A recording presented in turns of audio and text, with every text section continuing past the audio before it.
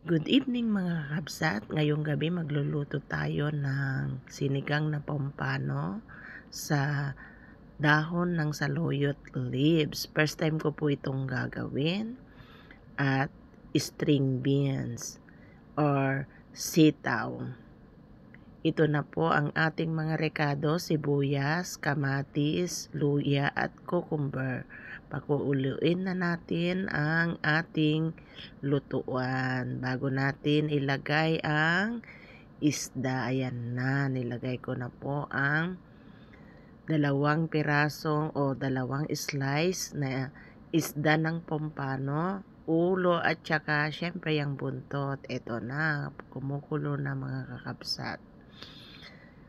Ayan. First time ko pong gagawin ito. Ano kaya ang lasa? Masarap kaya? Amoy pa lang, oh. Sarap ng amoy. Siyempre po, matagal po nating lutuin. More than 10 minutes po iyan kasi lalo yung aking lutuan ay ayan. Pero napakaganda po nitong lutuan ko. Sobrang ganda sa nagbahay-bahayan na gaya ko lang.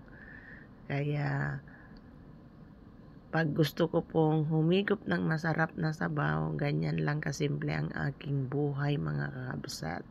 Lalo pag mag-isa ako. Itong sitaw, 20 pesos lang po yan. Tapos 10 pisong